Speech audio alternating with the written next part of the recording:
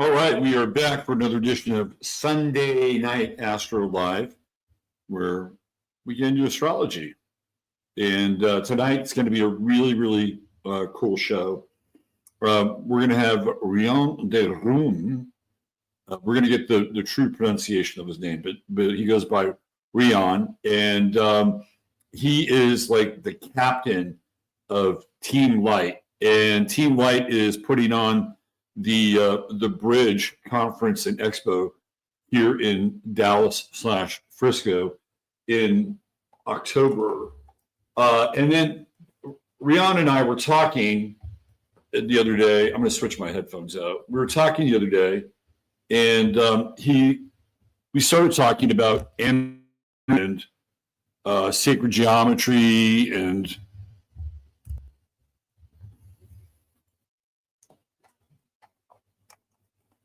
there we go. All kinds of, interesting, very Pluto and Aquarius stuff. And then I brought up Tartaria, and he says, "Oh man, I cracked that code. I figured that shit out." And I thought, "Oh, this could be a really interesting show, especially if we pull together Pluto and Aquarius and Uranus and Gemini, and this whole idea of the age of air." And we're going to get pretty deep into the Tartarian woo tonight. And Rion's going to be the guy that's going to break it down. And I might bring a little astrology into it, but we're just going to set the stage really with the Pluto and Aquarius, Uranus and Gemini, which is coming soon to a theater near you. And of course, it does retrograde, but it comes back again. But it's setting the stage for a very different relationship with technology. So let me do this. Let me bring True Hemp Science into the mix here, and let's do give a little love to truehempscience.com. There we go. And apparently, SB3 is still sitting on Greg Abbott's desk. Does it surprise you? No, it doesn't surprise me. He's just waiting for the smoke to, oh, hey, there he is. Hi, Ryan. I'll be right back. Let me just do this, and we'll do our little ad read here for our guy, Chris. There it is right there. There, right there. Beautiful. All right. Would you like to be there right now? Would you like to hang out with your fuzzy, furry little friend? How about some focus so you can crack the code of reality? Look at that. She feels renewed and repaired, doesn't she? Yes. And then you can recover and jump on a 50-mile bike ride when you're plus 50. Take your little CBD out into nature, be relaxed, focus, one with the universe, restore balance. You can do all that with these excellent products. 5 stars, Google reviews, voted the #1 CBD shop in Austin, which means that it's probably one of the top shops in the United States, since Austin, I think, is ranked either 10th or 11th in terms of population. And people that have tried the product swear by its efficacy. And all you got to do is spend $100 or more, and you will get the goodie bag. Just type in 15MINS, and you will get the vaunted goodie bag with your order. It's like an order within an order. And you also get free shipping when you spend $100 or more on some of these great products. And there's our guy's Chris's shop right there. You talk about Main Street, it's a little off Main Street, but it's about as Main Street as you get. So by supporting True Hemp Science, supporting your body, you're supporting an American business owner. It is truly the circle of life. Okay, let's bring our guest on here. This is going to be so cool. All right, are we hooked up with the audio now? Can you hear me? Oh man, that's it. I got to go back to the earbuds. All right, hold on. Let's do this again. All right. Here we go.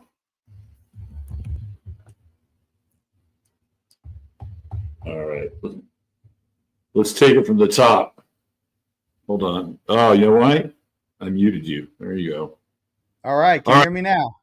Yes, indeed. Okay. Well, It's a awesome. pleasure, man. It's a pleasure. Hey, Great to an have you absolute pleasure being here with your audience. I know we wanted to, discuss the astrology and all the crazy things that are going on right now on planet Earth. So I think there's no better way to do that than to join our awesome families. Me with Team Light. We're also live on my channels as well on Beautiful. YouTube and Facebook.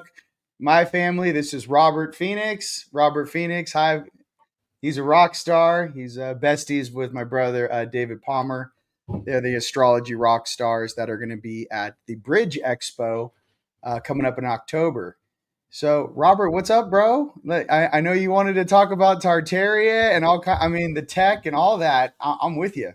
Yeah, man. I mean, so I think we really need to step out of time for a Mhm. minute today, right? Like I could go, as they say, balls deep into the political astrology stuff right now, right? Yes. And there's plenty of meat on that bone, and it'll be there. Don't worry, right? It'll still be there either when you beam out of here or I do another show. But I feel like it would be really good for us to take a little bit of a break and sort of explore some of these other energy systems and some of the stuff that when you and I were talking, you were Mhm. blowing my mind with like the shit that you come up with, and Yeah. we started to talk about ether, and I said, I really feel like this is the age of ether, and we're this is the dormant sort of superpower Yeah. that there it is right there. Yeah, So yeah. this So is I mean, yeah, I mean, this was one of the original designs we had. This is the original Roman dodecahedron, but I mean, I don't have the products with you right now, but I'll show you in the next video. No, I mean, I got a icosahedron, dodecahedron capstones now, and for the advanced out there, my whole thing was basically the main issue we discussed on the phone was when we had 13 months in those old Bibles. It says 13 months, 28 days to the month. The full moon and the new moon are in perfect, cycles. Let's just say. And the main reason and the deity of the 13th month was Ophiuchus. And who is Ophiuchus? Ophiuchus was the deity of ether. So Tartaria, which ran off ether and all the cathedrals and the cathodes, right, out there, and how we had free energy across this planet, they removed that from our history books. So for me, I just thought as a kind of advanced, meditation practitioner, the water. Like, listen, if you do an icosahedron, and which is the sacred geometry of water, and you can master that, this is beyond like Merkaba meditation. You have to have your basic Merkaba meditation skill set down. Do you know how to drive in a Merkaba, Robert? I Do you could know the drive it control? backwards, forwards, reversing. No, I don't know how to Okay, drive okay, no, no. Merkaba. Hey, Yeah, watch. yeah, Up, okay, yeah, down, yeah, left, yeah, right. okay, Up, down, go down, bank left, bank right, right. And that's the rotation. So, yeah, I mean, what of the human body's what, 70-80% water? yeah, The planets. So I just thought, like, why don't, like, I had all these capstones I've been making capstones for 15 years at teamlightstore.com. You guys can click on pyramid chambers. No, I've mastered the alchemy of actually organite. Like, I'm on to the next. Yeah. So we're using plasma now and PEMF coils to actually vibrate the entire pyramid that's over your bed or in your meditation space. But as we were discussing, the main reason why I had to master this was kind of bringing back the cities of light or the technology of old. This right, organite, this crystal technology, that's how we operated in Atlantis. It yeah, was all crystal technology. We knew how to charge crystals. I know that Billy Carson talks about, like IBM 3 years ago loaded, files onto a quartz crystal. If you guys don't know this, they already loaded files onto a quartz crystal, Lemurian crystal, and then unloaded it and, uploaded it onto the crystal, then downloaded it. So what I'm trying to say, like, there's something in me that's way more old school. A lot of this electronic stuff and a lot of this stuff that we're playing with now is fantastic for certain venues, but Working with crystals and stone and on this planet that actually works with your biology, not like you're trying to go Borg on this shit. No disrespect to everyone who wants to chip themselves. I don't. Right. And I can tell you something like, just for everyone out there playing with stuff, let's be completely crystal clear. Crystal clear. I got that. I got that. Yeah. Crystal Every clear. single time any species on any planet wants to take a shortcut, okay? Doesn't matter who you are. Now, listen, I'm not talking about using AI to travel the cosmos. It's mapping stars. You're going through stargates and portals. I'm not saying having AI run certain portions on your starship. It could be a Navy destroyer, whatever it is above and below. But what I'm getting to is this. There's something innate that when you try to skip or jump evolution using something artificial from your soul, it always bites you in the ass. There's species out there that have done that. The grays are in the tall whites. I don't know how, what your audience really is into. Oh, they're pretty eclectic. They can go there. Okay, so here's the thing. There's stories, let's just say, that one of the main reasons that the grays or the tall white packed back into this timeline is that they lost their ability to replicate. Right. Okay? They kept cloning themselves. Yeah. They lost their ability to replicate. They hit a wall. Well, what I'm trying to say is why is everyone showing up right now in this timeline? What is so special about our choices right now and how they affect not only this planet and us, but the entire multiverse? Right. So I'm trying to say, you guys are straight up, you being here right now is so important in making wise decisions. And obviously, sometimes certain decisions we feel like we were forced to make. Unfortunately, a lot of people took the jab, but there's ways to detox that now. Okay. Remove those spike proteins out of your DNA and out of your bloodstream. But there's something else going on here where it's all about choice. And for me, I choose to remember the things that worked organically with our bodies. I remember, the bells. Why did they remove all of the bells from all of the cities? Why in Hungary, and I believe they had a huge dig. God, I want to say where it was, not Belgrade, but they found a huge cache, right, in Eastern Europe of these bells, just buried, right? They told everyone that, they were, I'm sure you've talked about this before. Oh, we needed them for cannonballs. Bullshit. Right. That technology with the harmonics not only was good for healing, not only brought your body back into resonance, but if you had fourth dimensional cloaking technology, which the reptilians did, when those bells went off, their tech would glitch and you could see unensouled beings and you could see beings that weren't human walking through the city. So what I'm getting to, this whole witches and warlocks and all this shit we've gone through in history, what is this really? How long has the human population been dealing with other species on the surface of this planet? Thousands of years? Have they always been interacting with this? What I'm getting to is this cover up of our true heritage, I feel, is the greatest blasphemy that has ever been done to us. You know what I mean? Yeah. I agree. The greatest blasphemy is us losing our history. Yeah. What really happened? Yeah. And, so for me, I just want the truth. I don't care how you serve it to me. I want the truth. I want the facts. I want to be able to sit there with my family, all my family in these comments, and process and make our own decisions. I don't want to be told what to do. I want to see what the facts are. And we, as a collective, figure that out what we want to do. That's how I feel, at least, Robert. Spoken like someone with Mars at 0 degrees Aries. I totally concur. Rion, I want to step back a little bit, and I want to find out a little bit more about you. Sure. And how you got here? You grew up somewhere. You were a kid. Okay. So check it for everyone out there who's new. Hi, nice to meet you. I was born and raised Manhattan Beach, California. Normal surfer dude. 2009, my third eye came on. At my 28th birthday, I made YouTube's first how to astral project video on the planet of Earth. So if you guys don't know who I am, they hid me from you guys. For goodness gracious, I've been on cooldown since 2012. That's on all social platforms. Basically, in 2009, my third eye was activated. It took another 8 months for my throat chakra to turn on. I was personally hand trained by my higher selves. I had to move out to Sedona right after I graduated. I moved out to Sedona because the frequency I was holding, I guess, was a little too high for my environment.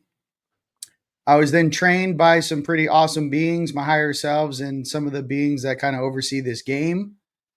When worked behind the scenes, I was a part of the Orion Gate Wars. I made sure that I assisted in a lot of cleaning up a lot of the lame negative entities that were on this planet. And if you ask, like, hey, what is that like? Well, like imagine when you guys go to bed. I like to call it dream time, but it's really the fourth dimension. It's one phase out of this one. Okay. Mm-hmm. Yeah. That's where a lot of this weird dark stuff exists. So a lot of us kind of were I've run into a few of those things before. Yeah. Yeah. So we were tasked to clean some stuff up, and I wasn't really ever going to go public.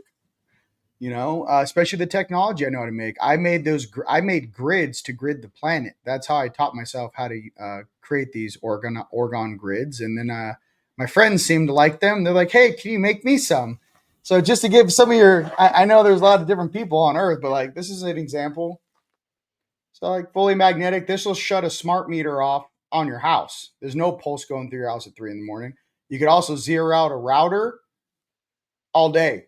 Doesn't matter, 5G, 4G, I can zero it out. So it's just really, for me, it was kind of like how long, I didn't really know. There's a lot of positive things coming, Robert, with our financial abundance and things that are moving forward in great changes on this planet. I like to stay on the positive timeline. I know there's a lot of crazy negative stuff out there.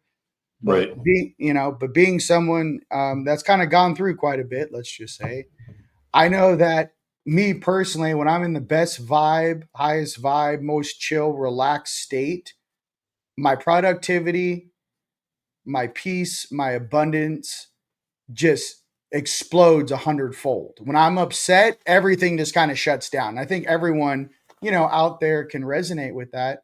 But again, if you're new, I went around the planet for about 15 years. I've been awake for about 15 years doing stuff. But from 2010 to 2016, just to give you reference, I was gone every 60 days on 60 days. Been around the planet 8 times, 8 or 9 times. And yeah, I just went to different sacred sites, assisted whatever the guardians. I kind of work more for the guardians of this space, for those Azarites out there in my crowd. Guardians are a little different than other like ET species. It's like almost like what can you're basically working for, like, imagine there's teachers in a high school, right? And they all work for, imagine working for just principals. Like there's like, you know what I mean? Like imagine there's like 60 principals on Earth and each of them are designated to a certain sacred location that oversee this territory. I'm not really working with the teachers and the students. I'm working like, what would you like shifted on the grid?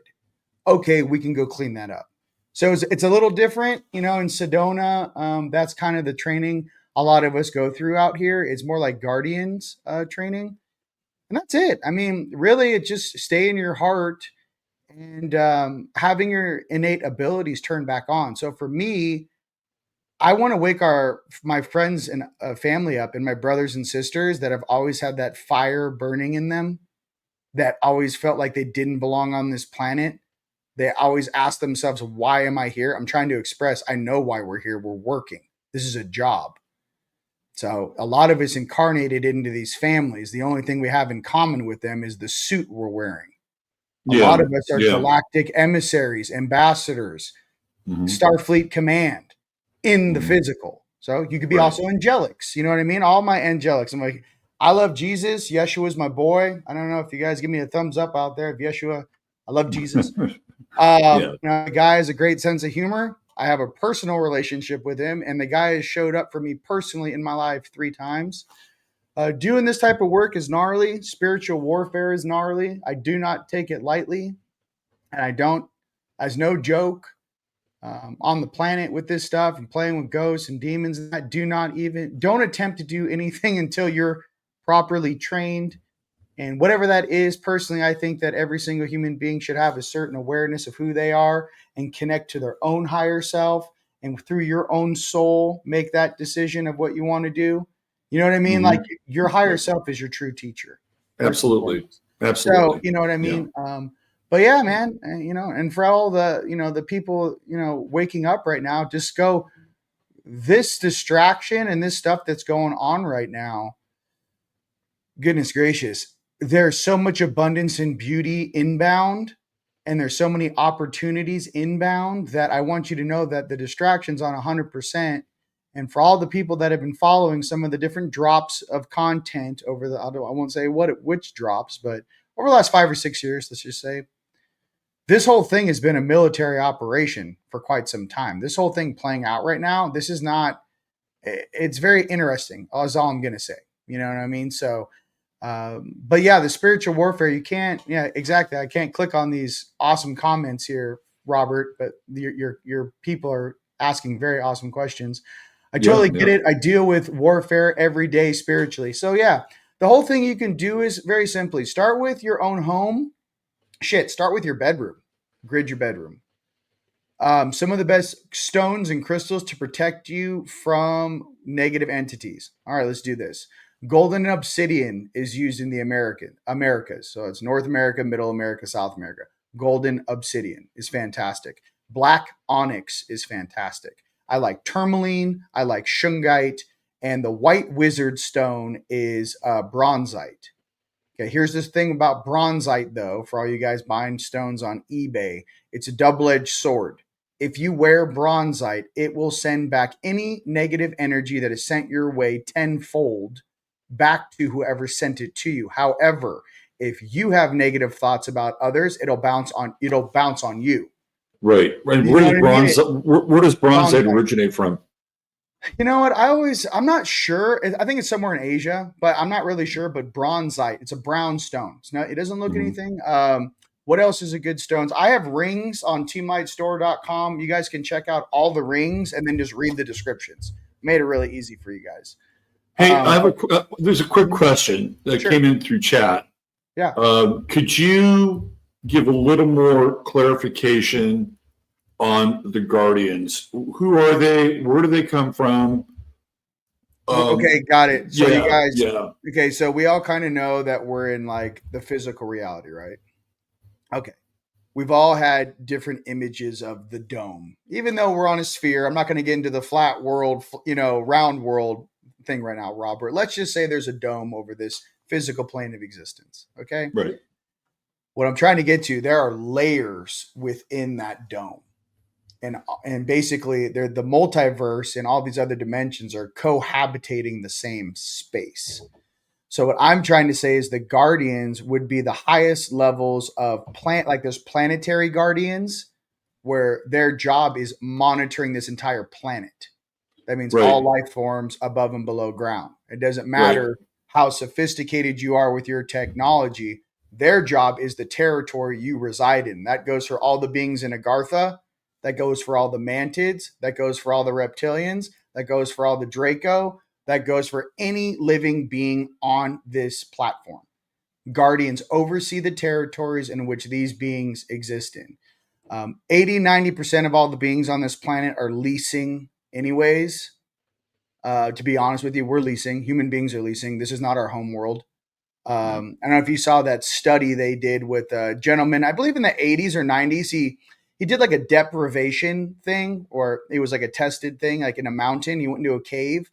And he said after about 6 weeks, his body went back to not a 24-hour schedule, but a 25-hour. His circadian rhythm went to 25 hours. There's also something with the gravity on this planet, which is very strange. 25 hours sounds like Mars, actually. Yeah. Well, here's the thing. Why does everyone on this planet get lower back pain?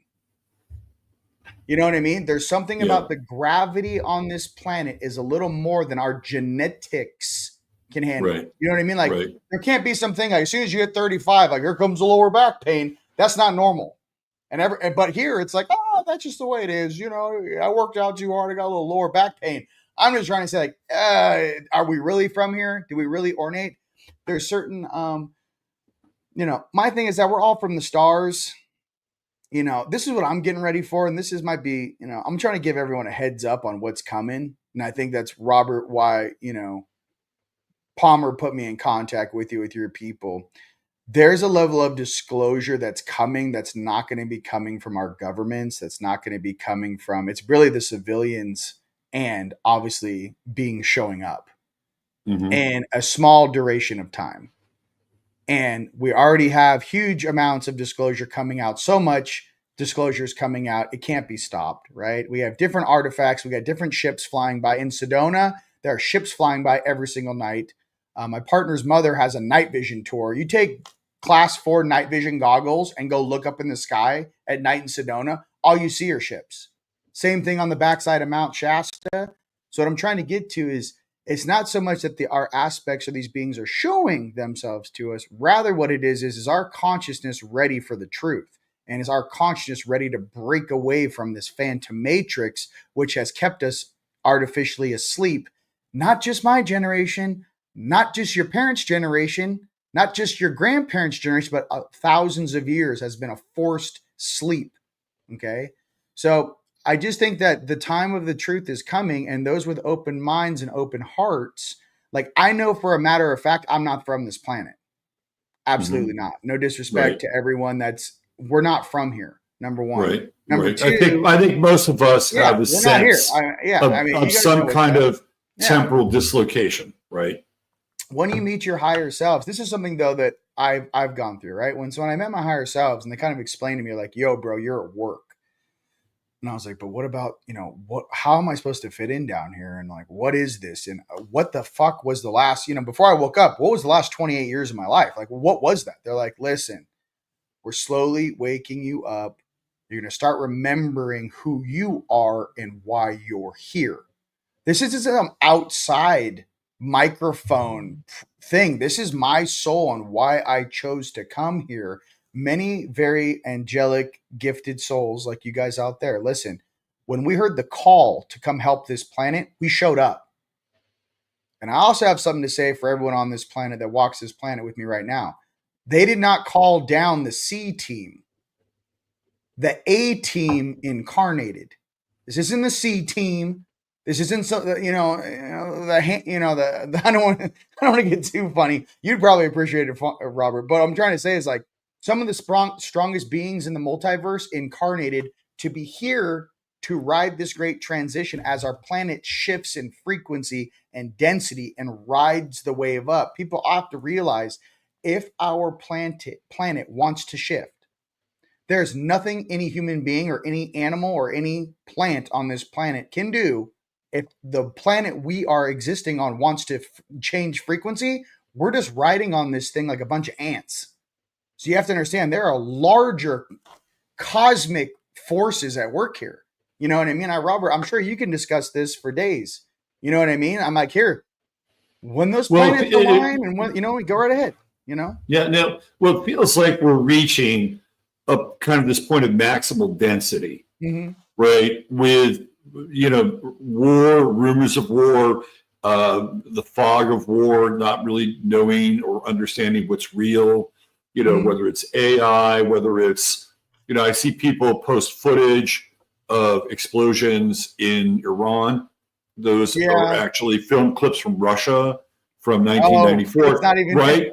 Yeah. Right. So it's like we're in this, very kind of weird, I would say, dark liminal space, but everything is starting to hit this kind of maximal concentration that in my, field of perception doesn't go beyond the third chakra. Like, this is where everything is getting worked out. It's all a power game. It's all based on fear, and it all feels like we're headed into that point of the event horizon, right? And you can just see it, right? There's maximal intensity, maximal emotion, maximal polarization, right? At some point, something has to crack, something has to give. And I feel like we're very close to what McKenna was talking about, right? And hitting that event horizon where all this novelty begins to happen at once. And McKenna, when he talked about that, he did talk about the emergence of extraterrestrial craft and all this other phenomena that would start to happen simultaneously. Right. So we are really at that point of what I would call maximal physical material concentration. And we can't go beyond a certain point with that, right? We hit the event horizon, and then there's this thing floating around called the singularity, which can be interpreted on a number of different levels. So what you're talking about in terms of contact makes total sense as the singularity, or really the event horizon, starts to come at us, and all this novelty happens simultaneously.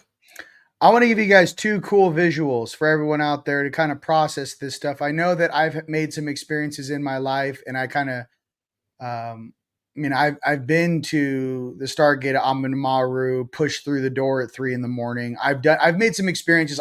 I've seen too much, is what I'm trying to tell you. Like, for everyone out there, like, I took it to the nines. I've really been around this planet, broken into places I wasn't supposed to be, had guns drawn on me. Like, I've gone into places because when I was sent to do a mission, I did not stop. And my main mentality was I didn't fly across the planet to be stopped by 3 security guards. I'm going to wait till these guys go to bed and I'll be back at 5 a.m. Like, I was unstoppable when I was doing my gridding, or when we had to go get somebody, or rescue beings, by the way. There's a lot of souls that were rescued on this planet. They're being held in stasis. So here's two cool things to think about when you think about ascension, or you think about kind of like a polar shift. Not a polar shift, but an energy shifting into a higher frequency. Okay. One is the veil is usually about this thick. Okay. There's the physical plane of existence, right? It's usually about yay big. There's the veil. We're inside of this hologram, right? Well, as your gifts come on, and as these energies and solar rays start slamming into the planet, the veil starts getting thinner and thinner and thinner and thinner. And then all of a sudden you start having hyper awareness of the energies around you that normally you can't feel. Now you can feel it. Okay. Another cool thing for you guys waking up to stay in your hearts, because this is important. Okay. Because listen, we've all had to deal with some negative stuff in our lives. We don't have to talk about that right now. But what I can say is the reason why you want to stay in your heart. And it's not for I see the comments, some of my fellow bad boys out there. Listen, we're the Rebel Alliance, okay? I'm like Han Solo over here. Okay, so here's the deal from Han Solo. The issue is that the reason why you have to stay in your heart, it's not like, yay, I'm in my heart. Nay, your heart's your fusion engine, okay? It is a fusion engine. It is a reactor. The rest of your chakras only work properly and can fire properly when that heart is cranking. Okay. Right. Another thing too is people need to realize when you call God or your creator, whoever you're talking to, remember this: God's lowest channel that he can talk to you on is your heart. You want to call God, you got to be out of your sacral, out of your root, out of your sacral, out of your solar heart. I'll make a phone call. I'm going to call my angelic, stay in your heart, right?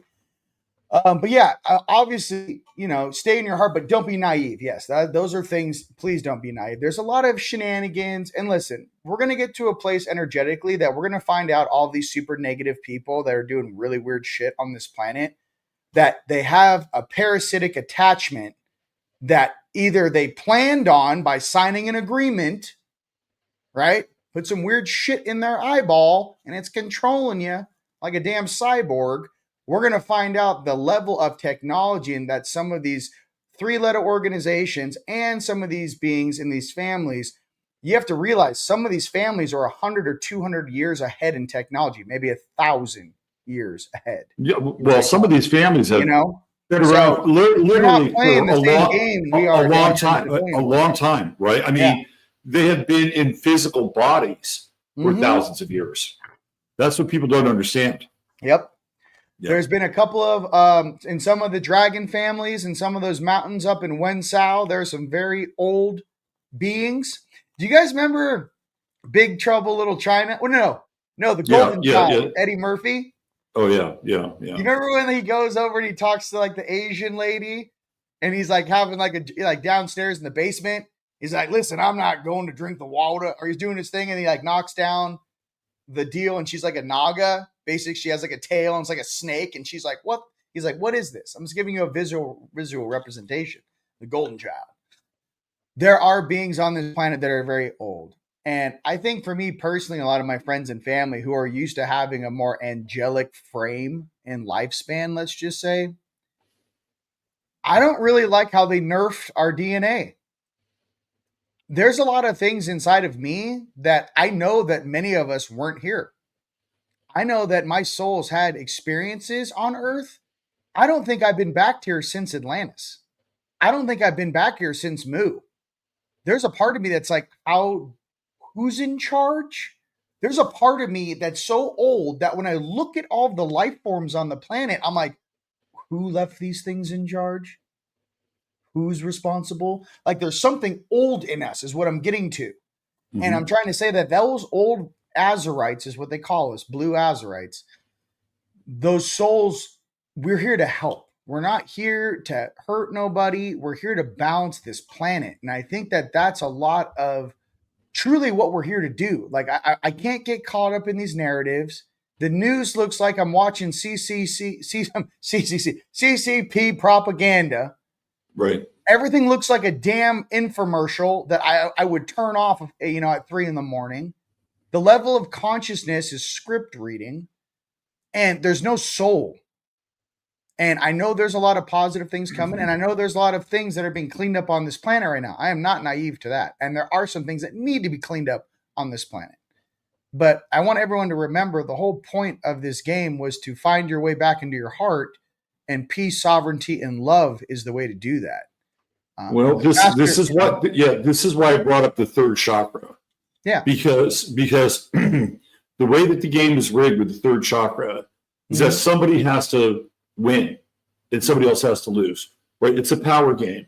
And what they've done through advertising, obviously, and any other number of psychological tactics and social engineering, is they've kept people in that third chakra space. And as a result of that, most countries operate now at a third chakra level, including whatever's happening between the United States, Iran, and Israel. And that is a trap, right? That's a total trap because it's binary. There's a winner, there's a loser. And sometimes that's the way it is with life, right? I mean, this is a reality. Sometimes we have to go through certain things where, maybe we're not on the winning side of the equation, whatever that is. But what they do is they keep us from getting to the heart, which is what you're talking about. You got to get. And when you get to the heart, everything else begins to open up, right? Yeah. And so they create infighting, in-group infighting, splitting, dividing, conquering, fracturing, and nobody can really agree upon, one certain thing or one organizing principle, which is ultimately to get to the heart. Because there's always somebody out there, it's like Hammurabi's law, revenge. Revenge is best, served cold. I mean, how much have we heard that over the last, right? I don't know, decade or so, right? So I think we're in this really interesting phase where we have this Saturnian and Neptunian energy in Aries. And Neptune generally tends to be like peaceful and benign and sometimes a little bit delusional, but can be very, very spiritual. And Saturn is the ultimate teacher, right? So we have these two energies coming together now. And Saturn says we have to deal with the world like the way it is on some level. Right. And Neptune says we have to raise the vibration up at the same time. And when I think of Saturn and Neptune together in Aries, I think of the phrase "be wise like serpents." Right, because we have that Neptunian potential to see above what's going on, but at the same time, we also know what's going on. So this is an amazing time to be alive, but it's not going to be easy because it is going to test all of our faculties, and including our ability to incorporate all these different energy centers, whether it's our third chakra or our heart or pineal gland or crown. So this is it. I really feel like, we're sort of at the launching pad for escape velocity here. Since I know you and David Palmer, you know what I mean? It's when you're talking about astrology, there's something I'd like to, that my partner brought up to me that I wanted to share with you, but In 2026, we are poised to witness an astrological event that has not occurred in 6,000 years. Saturn and Neptune, the two celestial bodies that define the outer boundaries of our reality, will conjoin at 0 degrees in Aries, just like you said, the first degree of the zodiac. So, ladies and gentlemen, we have not felt this energy on this planet in 6,000 years. Yeah. So all of a sudden you're thinking about, shit, 6,000 years ago, Atlantis only fell 6,000 years before that. I mean, that was, the Tartarian thing was still up in, 6,000 years. We have not felt this type of energy. And something when I heard that, I don't know, something kind of engaged in me, and I started like reaching in my oversoul. I'm trying to pull memories, like what happened 6,000 years ago. You know what I mean? Like all of a sudden you go, we haven't felt this energy in 6,000 years, right? Something inside of my DNA is like, well, what happened 6,000 years ago? You know what I mean? I'm trying to grab memory. Like, where was I 6,000 years ago? Was I in this? I can tell you, promise you, I wasn't in this type of a suit.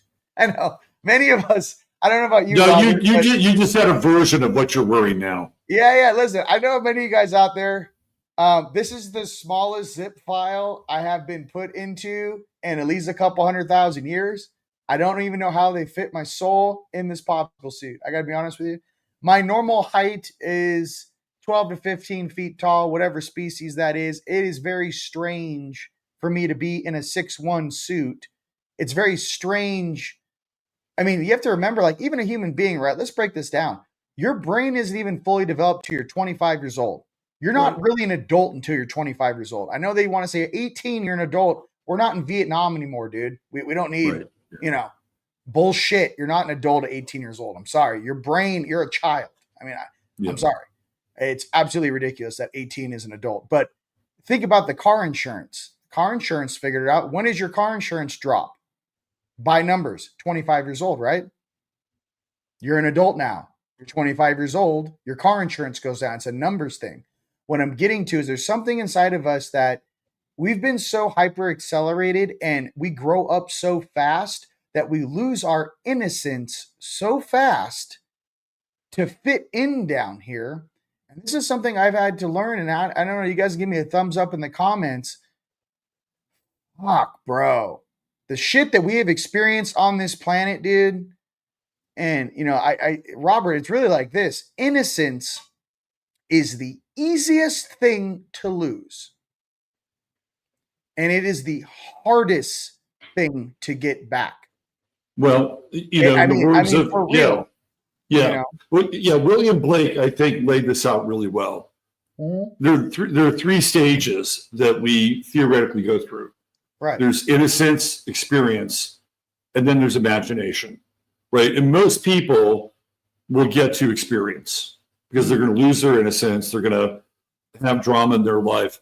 But the hardest place to get is imagination. Mm-hmm. And imagination is the transcendent state, is the alchemical sort of marriage of both innocence and experience. And then you begin to kind of live within the bounds of your own cosmology or the boundlessness of your own cosmology. Mm-hmm. And that's what Blake laid out. Mm-hmm. So what it sounds like you have done is that you have taken this kind of flight path towards imagination. Mm-hmm. Because you have to have some degree of imagination in order to see, embody. Okay, so let's break it down. Let's break it down. So I am engine. Imagination. I am the engine of my own consciousness. So let's break that word down. Yeah. So second thing is imagination is cool to visualize, I should say, what you're, whatever the focus, the target is, whatever you're trying to manifest, right? Focus. Yeah. When your third eye comes on, right? For those working on it, you decalcify that pineal gland, you're going to be able to see the energies around you. Might start with shadows first, auras. It gets more advanced than that, Robert, a lot more advanced as that keeps developing. But with that, also a lot of people can practice with their mind's eye. You close your eyes and you visualize, a conversation. You can visualize, remote viewing, let's just say. You can remote view. There's also things that you get more advanced. You actually go OBE, where my energy body leaves my body. I can't leave my body parked, and my energy body's flying across the planet on ley lines, looking at certain targets. Remote viewing's real. They've been doing it for at least 100 years, and definitely during the Cold War. So what I'm trying to say is that whatever perception tool you wish to use to validate your own perspective in this reality, but with the purpose of what you're trying to learn, ascertain, or grow. The whole point of evolution is to grow. The whole point of going through these pains, trials, and tribulations is to know where you came from and where you are now, who you used to be and who you are now. The type of environment maybe you were raised in as a kid, and maybe the new environment you chose to raise your kids in, and how you improved your kids' lives, and how it happens to all parents all the time. They were raised in a certain way, and then they do better for their kids. So I think really with the imagination thing, it's far deeper than that. It's not really imagination. There's some things you will see in the astral. There are some things. Well, he's just using that as the ability for a human to live a creative life. Gotcha. That was the term. I didn't know the reference. I just yeah. No, I feel you. But I'm saying even with visualizing peace, visualizing prosperity, visualizing where you want to wake up in the morning, visualizing being with your friends and family in a beautiful place, or what does it smell like? What does it feel like? I think that us co-manifesting a greater reality where we're all living in a better place in abundance is what's really important right now, because we are the line in the sand, and holding the hearts and frequencies up for a lot of people that may be in fear right now, that may be in doubt right now. I think all spiritual people and all good-hearted, light-minded people right now, they need to be head on a swivel doing their best to stay positive, because you don't realize how important it is for you to stay positive right now and come from your heart, because there may be thousands of people looking to you, reflecting off your energy, and you're actually maintaining the field for all your friends and family. So I just want to remind everyone out there staring at my face, it's our job to hold the line and make sure that we get through this transition as gracefully as possible. Don't look to others to do the job you signed up to do. Okay, I just want to be real, because I'll hold the pom-poms for you. You can do it. You can do it. You know what I mean? Okay, let's see these awesome images here, Robert. What do we got? So this is William Blake. This is a trip into his imagination. These are all his pieces of his artwork. By the way, this is a depiction of Jacob's ladder. Oh, cool. Right, yeah. This is the Ancient of Days right here. This is imagination. Really cool painting. I mean, that's some stylistic. That's really cool. Do you know who painted that? These are all William. This is all William Blake. Oh, William Blake. Okay. This is all part of his cosmology. He created. So for him, imagination was the creation of the cosmology. And all these different characters have different names. And one of Blake's, I think, greatest statements was, each man must create a system of their own or be enslaved by another's. And for me, that really rang true.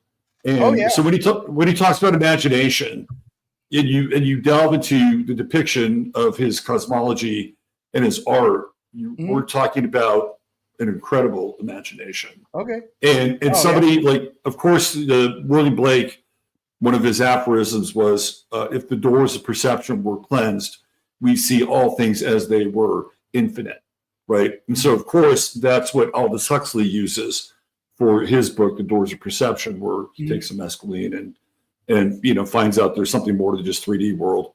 And then that's where the doors get their name from. So, through William Blake, we have Jim Morrison ultimately. So, that's what I need by it's not imagination that you're just imagining things. Imagination for Blake is an act of fusion, right? It's bringing all your capacities together to forge a creative life. And that's how we redeem, that's how we get back into our innocence. We're reclaiming that. But the experience isn't something we just discard, right? Whatever our life experiences have been, they're part of the alchemical mix as well. So imagination for Blake was the state to arrive at. And very few people do. Most people are stuck in the wheels of experience, unfortunately. And then they try to get back to innocence. You can't go back to innocence.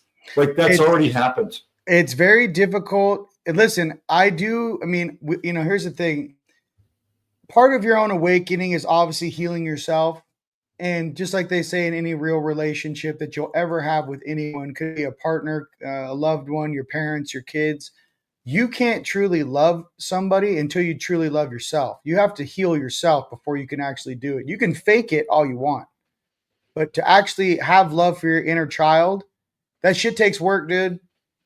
I got to be honest with you. And the crazier your upbringing was, or the crazier experiences you have, to get back in your heart and take care of that inner child is very important.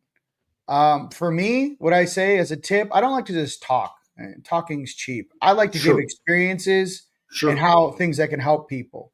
So for me, so what I do is, since I'm able to wield both forces, okay, I kind of sit in the middle. Your light is on your left, your heart. Well, you're Libra rising. That works for you. Libra rising. You sit in the middle.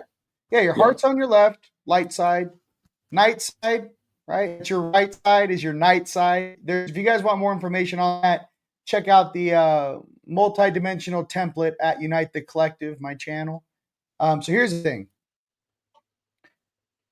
As you're developing your inner child and as you're starting to heal yourself and as you're starting to realize which polarity you wish to walk in, it's really important to spend time with your inner child. And this is what I mean.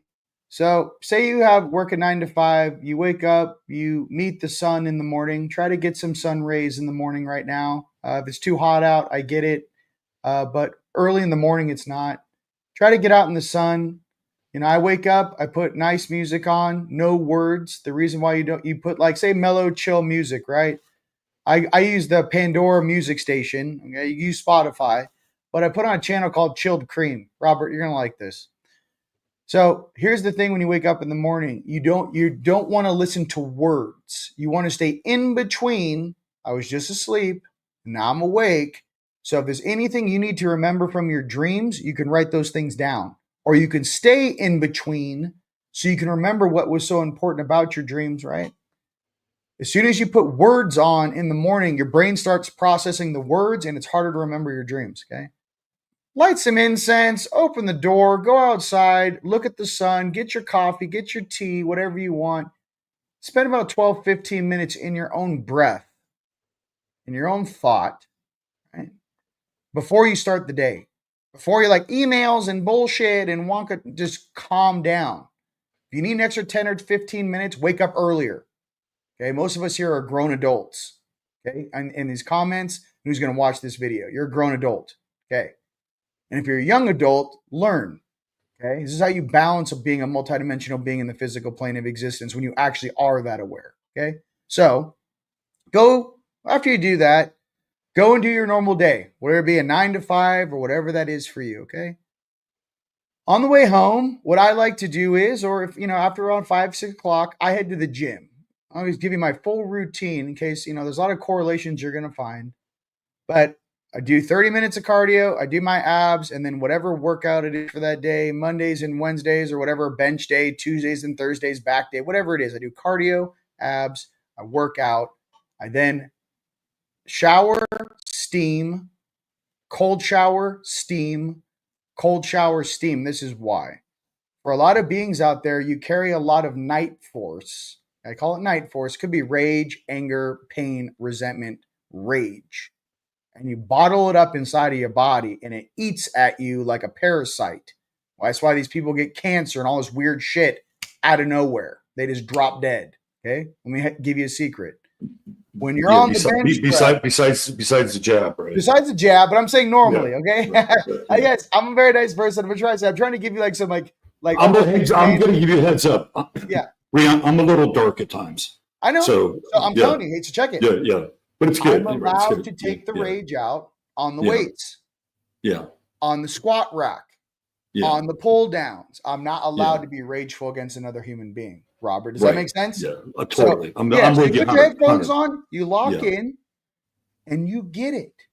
You get it. You get all the rage and all the shit out. Then guess what happens? I'm all pumped up. I'm all jacked up on testosterone. I'm all like, my own natural testosterone, but I'm all, Then what do I do, Robert? I go into the locker room, take a shower, I steam, boom, take my body to 120 degrees. 10, 12 minutes. Then I go back take a cold shower, shock my system, go back in. What I'm doing is I took my body to be able to release that sort of force and then go right back into Jedi Obi-Wan Kenobi in the steam room. I balance my heart rate. I come back into my center, take one more shower, put on my clean clothes, go home, have a smoothie, have a nice dinner. And when I lay down, this is back to the inner child thing. This is why I shared this with you guys. Listen, this is every day, every other day, whatever it is for you. I have to spend time with my inner child. Okay. My third eye is on. I can literally see my inner child sitting right here. Mm-hmm. And what we do is I watch anime with him for 35 minutes, whether it be my favorite anime, Crunchyroll. I mean, I don't know. I like Solo Leveling. It's probably not the inner child movie. What I'm trying to say is I actively spend time with my inner child and I become the parent that and the love that I'm not saying I didn't have love in my life. It's different when you have love for yourself and you're like embracing your soul. It's not about your mommy and your daddy and your grampy and your grandma. This is my heart. This is my soul. This is my inner child, right? Mm-hmm. It's not someone else's. This is my soul. I spend time like that. Maybe you will come back and you'll like to draw or paint or create music. You know what I mean? Whatever it is, but it's something that you do that's just for your inner child to relax. So I'm trying to say so that's kind of how I do it. I love to surf. I love to get to the beach, even though I live in Sedona up in the mountains. I love to travel. But I'm saying for me, my daily routine, how to calm down, I go into inner child mode while I'm watching. I'm a hyperkinetic, multidimensional being. It sounds like for most of your day, you're in inner adult mode because you're taking charge of your own energy and your own daily destiny. Mm-hmm. So that's really commendable. So basically what you're saying is, hey, give yourself 30 minutes a day to kind of goof off and be like a kid again. It's really whatever that is. But here's the thing. Right. If the end of this game is to go into heaven, go into 5D, right? Robert, wouldn't you say like we all want to go to heaven? Maybe we're already in heaven. We just don't realize it. Okay, but here's what I'm trying to say. If heaven is a frequency, right? Fifth dimension, let's just say it's a vibration, right? If that being in that higher elevated state is in a higher vibration, right? Yeah. Okay. Well, wouldn't it behoove of you to practice being in that vibration for 30 minutes a day instead of thinking that when you're listen, guys, if you think you're going to be dead on your back at 86 years old in a hospital and you think just because you're old and you're passing away, you're going to graduate into heaven, I think that the honest truth is a lot of us need to work on some things. And what I'm trying to tell you is like to be honest with you as you're like honest with yourself. The more you can heal yourself, the more you can spend time in that frequency of love and compassion, the closer you are to heaven, to bringing, because heaven is always in here. It's always in your heart, right? Heaven is always inside of you. So what I'm trying to say is that the stronger that connection, I'm using heaven as a definition, Robert, you know that, but that vibration is inside of you, inside of your heart. And the stronger that vibration gets, it becomes like it expands in through your home, your workplace, your friends, your family. You know, having that Holy Spirit is what they call it, you know, different religions, right? What I'm getting to is it's a very personal thing that everyone individually needs to work on. And that's how I dealt with it, Robert. Everyone has their own path. I am just one way in which I've done it. I'm more of a light warrior. I'm not a light worker. You know, I grab things, bag and tag things personally and energetically. But I'm trying to say is even I had to work on that. And that's how I do it. That's all I can say. Everyone has their own way. But Robert, what I'm trying to say is that even in your daily routine, my brother, there's no reason why you can't get it at the gym and sit in a steam room for 30 minutes and zero out and meditate. And here's the thing. I'm not saying you have to go like this and meditate. No, what I'm trying to say is, listen, I just stare at the sun. You can drink your coffee, close your eyes. Okay, meditate for 10 minutes. But here's my thing. My steam room and my gym is my meditation. Don't you get it? It's like I took an action to go, hey, every time I sit in the steam room, I know I've got at least 15 minutes to calm my mind, right? And Right, do right. that. So take an action instead of thinking until it becomes part of your daily routine is what I'm trying to say. Don't Yeah. take it separately, So anyways, that's my take on it. Well, you're taking responsibility for your own divinity. Yeah. That's what you're doing. Yeah. Have you heard this story? It was shared to me by one of my clients. Apparently, do you know this satellite Voyager, which is way out there? Did you hear what happened with Google about this Voyager thing? No, Have you tell heard me. this story? Let me lay this on you. I'd love to get your thoughts on this. Okay. So Voyager's way out there. It's past Pluto now, theoretically, right? It's been going for a long time.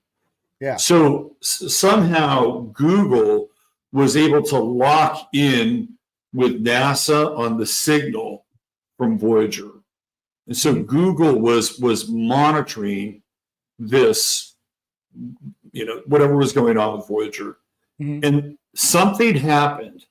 I don't know how many people were like, in this sort of Google control room with monitors, looking at like what, are there energy patterns or whatever is going on. But something took over the satellite. Okay. Some kind of energy took over the satellite and started beaming into the monitors at Google. And the people watching the monitors started to have this breakdown. It was like they were having this massive kind of psychedelic ego death trip. And and Google literally had to shut the entire thing down on this. And these people that were there kind of, observing, watching, they haven't recovered from it yet. Have you heard about this? I have not. This is the first time. It seems like an advanced species used that satellite as a transceiver to then have it jump back to where Google was monitoring it, punched right into. I mean, you guys have to realize, imagine a species 1,000, 10,000, 100,000, a million years into the future. They're cracking into that Voyager satellite and Google, like they're watching a VCR from the 70s. You know what I mean? Right. They probably put Yeah. that frequency right through. What is it? I mean, they could have hit them with some very high frequency scanning technology, which also, may have triggered a lot of dormant DNA or triggered a lot of maybe multidimensional consciousness that was viewing through that technology. Well, what's interesting is that whatever it was knew that there were people observing it. And that's when it came on. It's conscious. It knew that it was. It's kind of mind blowing when you think about it. So, given your experience in these realms, I just thought I'd ask you about that. Yeah, no, I mean, what I can say is that for me, this is what I can say for all humans. Okay, this is something that I wish more people knew and really felt like. The ego or the 4D program was only supposed to be utilized for base survival on this planet. It was never meant to be a program that proceeded beyond its, usually the ego starts in puberty. And usually between let's just say 14 to, could be a little earlier with some, maybe it could be, the hormones are given the kids. I don't know. Well, when they circumcise a male, they hit them and put them into their second puberty. Oh, really? Yes, and they speed everything up. Right? Oh, so, I didn't know that. Oh, yeah. This is why circumcision is not good. Yeah, because it takes them out, takes males out of their natural cycle, and that's why you start to get young dudes getting hypersexualized at an early age, and of course there's some ego that comes online. So, but to your point. Yeah, I think the ego for me really happens in that Saturn opposition at around 14 when kids decide. Yeah, they decide that they got to be something else besides their parents' children, right? Yeah. I mean, you're coming into your own. You're making. You're your own person. You have your own opinions about things. I would say 17 to about 22 to 25, but the whole thing is like as far as consciousness goes, I think that this place has learned how to keep us in survival mode ego mode, Yeah. and they stretch it out to create separation and to destabilize our energies and what we should be focusing on. And they stretch that out all the way to people when they're in their 40s, 50s, and 60s. You know what I mean? Like they stretch that out way beyond what the program was written for, and to control the population. Yeah, that's how I see it. That gets us right back to that third chakra discussion, right? Yeah. That's where it all takes place. Mhm. And if I buy this, I'll be more powerful. Or if I have this woman, I'll be more powerful. If I have this man, I'll be more powerful, right? But in most cases, it doesn't go much further beyond that. So yeah, absolutely. Hey, can we talk a little Tartarian tech? Sure. Since you seem to have a real handle on this thing. I don't know if I have a real. I've been playing with it. I mean, yeah, for sure. Hit me. All right. Could I bring up like a picture of a church or something, and maybe you can kind of what you were talking about with the organs and setting the like the cymatics and the cement. Like that was really fascinating. Well, I mean, if you want to, yeah, let me see. Sure. If you've got some images you want to bring up, go ahead, man. No. You can pull up a church if you want to, but I mean, I also can speak really to more my technology, and then we can kind of reflect back and forth. But I can say, okay, pull up your favorite church.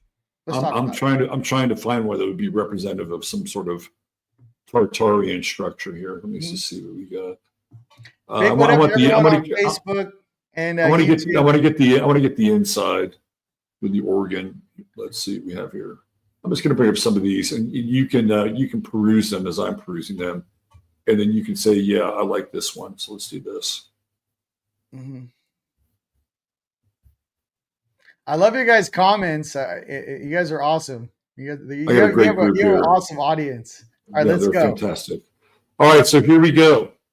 Exploration mysteries, Tartarian explorers web. So this looks. Well, I mean, let's get a picture that's more like from the outside in. Let's explore from the outside in. Doing it from the inside out is very complicated. So give me a picture of a church from the outside in. The LinkedIn what about Chicago and this freaking World's Fair? Like, okay. I mean, look what they did to Chicago. I mean, yeah. If you guys, do you know the name of the book, Robert? I have it. It's the World's Fairs. Yeah, I think it's called the World's Fairs. It has all the old pictures. The descriptions, and their whole pattern of say they built these World's Fairs in a period of like, I don't know, 18 months. And they were all over the world. They were all over the world. Solid rock. Right. And here's the thing about me, which I always find, do you guys know of any rock that catches on fire? Like, please, Robert, if you know of any flammable rock out there or flammable marble, they said, a fire burnt down. I'm like, solid rock? How exactly does solid rock burn down? So there's a lot of questions we have with Tartaria. The main thing to look at it, if you guys, right there, stay right there. If you want to blow, can you blow that up? You know what? That leads to a LinkedIn it's okay. Page. So here we go, guys. Now, if you guys could all visualize frequency or a band of frequency coming off the top of each one of those points going up into the air. Okay. So similar to a battery, okay, the positive is high in the air, right? The ether. The negative, or the bottom part of the battery, is the ground. And what they're doing with a lot of these structures, they create a huge toroidal field where the energy is going up, going out, and then cascading back down in, and they're creating an electrical charge similar to the new findings they had in Giza. With the big great pylons they found underneath the Pyramid of Giza, Robert. Yeah. With the LiDAR. Absolutely. Yeah. So the main thing is you ever heard of those rocks when you hit them and they ring? Yes. Robert? Singing stones. Okay. Well, here we go. Do you think those are natural? It depends on the definition of natural. Robert, I make orgonite. I use all kinds of different things in crushing stones. Those are man-made. Right. Those are man-made pieces of rock off a huge temple that was probably blown into pieces. That's why it looks like a big chunk. It doesn't look like anything. Well, what happens when advanced warfare hits a temple and blows everything into pieces? So, I think that all of those singing stones, I don't think they're natural at all. I think we figured out a way to, even when you're pouring concrete, you can use cymatics. Well, I mean, give everyone a visual for everyone out there who wants to do it themselves. get a huge rectangle. Let's just call it a copper or a bronze pan. That's say 9 feet long by 9 feet across, 12 feet long by 9 feet across. Let's just say, right? 3, 6, Right. 9s.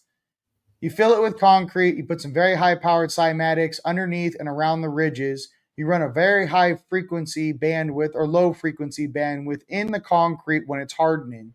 What happens is all the quartz that you crush up or other granite or other stones of that nature, when they harden, you can actually lock cement and stone in a 528, 432 hertz cymatic structure in concrete, and as it hardens, it locks it into that frequency and even much higher frequencies as you go up those columns. So basically, all the technology and all the wires are unnecessary. The technology is almost like on a nanomolecular structure going through the entire concrete cement building. The entire thing is one engine. People think, and they're looking at individual aspects inside of it. Now see the entire building as an engine. Every single molecule, every single spin, every single thing being shaped and directed in a specific way. So I think even those stairs right there. Okay, imagine this. Imagine the base floor of that temple is at 432 hertz when it's turned on. And now, Robert, as you walk up those stairs into the next plateau, into the next level of the building, that entire level of that building is locked in at 528 hertz. And as you go down the next and up the next set of stairs, right? What I'm getting to is when you start to break down these structures and realize these are harmonic structures, the entire thing opens up in your mind of what was possible and actually what they were doing. Even with how the solar radiation and solar energy would come through those windows. Okay. Yeah. Remember they had to change all the things because it was almost like DMT with the original ones, and it was like a holographic experience. Yeah. Yeah. Tartaria was all in on maximizing the organic function of our soul and how we interact in the physical. And I think the main thing they did, because we had free power back then, the powers that came in, the turds, I like to call them turds, but those controlling factions that came in, the first thing they had to do is destroy those buildings. There's even talks and rumors about even World War I and World War II, and what they are really about was destroying all the old technology. Bombing all the old technology, the old buildings. They had to get that shit out of there. Right. You know, so yeah. Anyways, I mean, it's a very dynamic thing, but I mean, I love. This is Penn Station, theoretically built in 1911. Right. That looks a little older than 1911 to me. Yeah, this is actually like something you would see in structured by Gaudi. You know, this honeycomb effect, right? Yeah, like this is coffering. Yeah, this is really advanced stuff right here. Mm-hmm. Really super advanced. I'm not even sure we can even build that today. You know, the level of craftsmen we had back then, and you have to realize, like, it wasn't just one person. There was like thousands of builders that were that gifted. You know what I mean? It was like, I don't know. It would be the same undertaking as, like, imagine all the people in different countries that make cell phones, and that's the workforce. You know what I mean? Now take that type of a workforce and know-how and go make buildings. Like it was a joint city effort to make some of these structures in a way that that it was like the industry of the age, you know. So it would take a lot, you know. So I think we should bring that stuff back, and I think there will be pockets of it being brought back. I really just want to create environments where people can relax, chill, detox, purge out, you know, as they leave the matrix, make it easier for them. Very, you know, beautiful spaces that, you know, utilize the ley lines and the natural harmonics and magnetic forces. I live in Sedona for a reason. If you guys don't know this about Sedona, the red rock, the iron oxide mixed with the quartz, when the lightning strikes come through in the monsoon season, those lightning strikes hit this red iron oxide, and it creates a very interesting frequency shift in which right now Sedona is resonating higher than the entire surrounding area. And you guys can look into that with Sedona vortexes, or, you know, look into the deal, but of why Sedona is special. But some of us are called to places like this to live here because we like to exist in a higher frequency or oscillation ratio. When I go into a very dense city, man, I can only make it about 10 days and I got to get out of there, bro. And I'm born and raised in Manhattan Beach. It's a beautiful place. I can't make it there more than 10 days. I'm like, get me out of here. I don't give a shit if I have a house on the Strand. I'm out of here. What I'm saying is that the energy and spiritual thing for me comes first. My resonance and how I want to feel inside my body, and not have a bunch of weird shit projected on my field like a forced commercial. I'm not into that shit. And I know my family's not, and you guys out there aren't. This frequency manipulation, this frequency warfare needs to stop. I need to warn all beings doing it one more time that, you know, some of these things that have been done to the population of this planet is an act of war. And if you think that when you exit that suit that you're going to some magical place, I can tell you a lot of these beings are going to exit their suits and go right into handcuffs. I don't care what belief system you think you're a part of. I don't care what you think. If you do things to harm an entire planet and all the innocents and people on it, there are great repercussions coming for you. And I just want to be honest. There's no bullshit. There are great ramifications. A lot of us had to pay a lot of karma from Lemuria and Atlantis and had to reincarnate right now to fix it. So these little young souls that have never really been in trouble before, let's just say, or some jackasses that weren't here that tried to take over the planet, I'm just trying to say there's an older group of beings, an older group of souls that are very old that are sitting in these suits staring at you. This is not what you think it is. This is not kindergarten, and these are not pink crayons. You literally have guardians who reincarnated who are bumping next to you in the grocery store, staring at every single molecular spin of every single politician and world leader on this planet right now. No bullshit, not lying to you. Look into my eyes. We're being monitored right now. So that being said, just try to be on your best behavior and treat everyone with respect. And I just want the best for everyone. That's really what it is. I just don't want anyone, you know, protect the children, stop hurting my family, stop poisoning us. I didn't sign up for this shit. I don't know where these beings get off doing it to us, but I can tell you that there is a great judgment and a great rectification. And for those that have lived through these times, be very happy and blessed because you are the strongest of the strong to be here right now. And I just want you to know that nothing but awesome and glory awaits us once we're done with this job. You know, that's all I wanted to say. I mean, I got to be real with you. I've already seen what awaits us, ladies and gentlemen. And Robert, I'm telling you, this is a very difficult mission we all came in on. And no matter where you are in your waking up or wherever you are in your level of consciousness or intelligence, I'm just trying to tell you that being here right now, you're doing a great service to all of not only just humanity, but all the planets, all the systems are watching this game right now. And they're all rooting for us. Everyone wants us to be successful. So that's all I'd like to say about it, bro. It's a far larger thing that people can really visualize and individualize.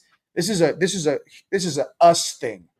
This isn't a me or an I thing. This is all of us. You know what I mean? It's a bigger picture. Yeah.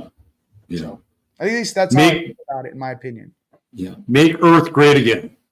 Yeah. Yeah, baby. So let's talk about the Bridge Expo, bro. Let's do it. Bring it on. Tell people what they're gonna experience for 2.5 or 3 days or however long they stay in Texas.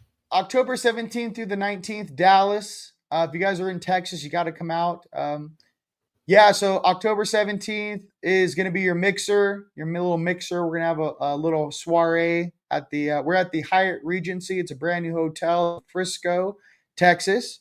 Dr. Sandra is hooking us up with a beautiful venue for us to do our conference. There's many great speakers. Some of them are behind me. All right. And you guys can check it out at teamlightstore.com. Really what this is like the dawn or the beginning of that golden age. We wanted to put doctors, psychologists, neuroscience, experiencers, the Mitchell Hedges skull. Bill Homan will be there with the Mitchell Hedges skull. One of the 12 crystal skulls on Earth will be there. Obviously, Jean-Charles Moyen. He's right. There we go. This is okay. Down and there's my brother Jean-Charles Moyen. He's a French SSP, Secret Space Program. We got Masadi, Frequency Medicine. He is over here. If you start on this side, this guy's a master healer. He's like almost died 2 or 3 times. He has a very inert ability to heal and explain things. Obviously, I can do this. David Palmer, you know him, Leo King. He has got a big following out there in Texas. You and Robert are homies. We got Dr. Sandra. She's awesome. She's got her doctorate. She's going to be doing, Compassion Creators. And she has a very important group of, let's just say, movers and shakers that are here to assist us on a global scale, especially in Texas. Obviously, on the bottom left there, you can see that is going to be, this is Last Flag Standing. This is Chief Russell Gould. He's a rock star. Lots of disclosure and things coming out. I'm putting all these people next to you guys. Got the cowboy hat. There is Robert Phoenix. And then we've got a Galaxy. Oh, yeah. Listen, you guys. We got the Galaxy Ball. Palmer is DJing, and it's going to go off. And that is Saturday the 18th. There is even a day pass for you guys. There we go. There's a day pass for you guys. If you just want to come on Saturday, the Galaxy Ball, we always have huge dance parties. If you guys don't know us in Team Light, the last event we had, it was about 3 or 4 months ago, called The Rise of the Guardians in Sedona at the Performing Arts Center. That place holds about 750 people, and we had about 600 people at that dance party. It was a great event. So this is our next event, Team Light's event, but this is the Bridge Expo, Dallas, Texas, October 17th through the 19th. Saturday, conference all day. There's breaks for lunch and for dinner. Boom, right here. And then the dance party starts at 9. I think we're going to go to 12:30, 1 a.m. Sunday, again, presentations begin. These times will be adjusted. We have a lot of new speakers, and thank you so much. We also have Dr. Samuel Lee. You guys might have seen him on Instagram. He's great. He's also a certified psychologist right there. Yeah, Dr. Samuel Lee, neuroscience. There's just Shauna Ava, Heart on Radio, and obviously for all the things, she's also one of the producers. This whole thing. So we also have the VIP thing is awesome because we have a group healing session with Masadi and a group healing session with the Mitchell Hedges Skull. If you guys want to check that out. And we also have a lot of speakers that are waiting to be called in right now. I'm trying to get the larger room. So here's what I would love to say, a call to action. One, if you guys are coming, check the thing out. Take advantage of the pre-sale tickets, number one. Okay. Robert has a link he can share with you. That's Robert's special link. It's already in there.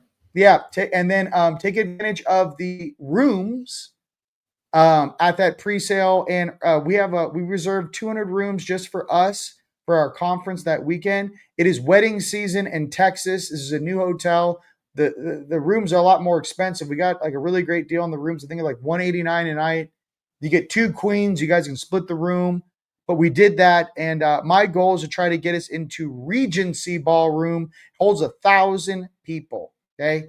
Why? I want to offer all my friends and family, all you guys out there, maybe you have a great product you want to show and have. Here's your table. You know what I mean? Like, we're going to take over the whole space. We'll have tables for everybody in our family. This whole thing is a family thing. If you guys are new, never met me before, I'm all about family. I like taking care of my friends and family. I like hanging out with my friends and family. I like high vibe, cool people. And I like to see the looks on your guys' faces when you meet the rest of my family. I'm just one version. Tone Millard, he does native wisdom. He's Cherokee. Wait till he talks about spiritual warfare with you guys. You guys, we want to teach you guys to be able to protect yourself. We want to show you guys all the cool things that we're doing. And Robert, it's going to be an absolute pleasure, bro, having you out there doing your astrology. I know you and David Palmer want to do a panel, and if you do, what are you guys going to be speaking about? Give them a little heads up on what do you think is cool.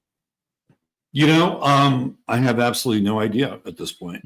But David and I, no, it's okay. David and I have a very unique vibe. Like, I have, worked with a number of different astrologers, doing live streams and stuff.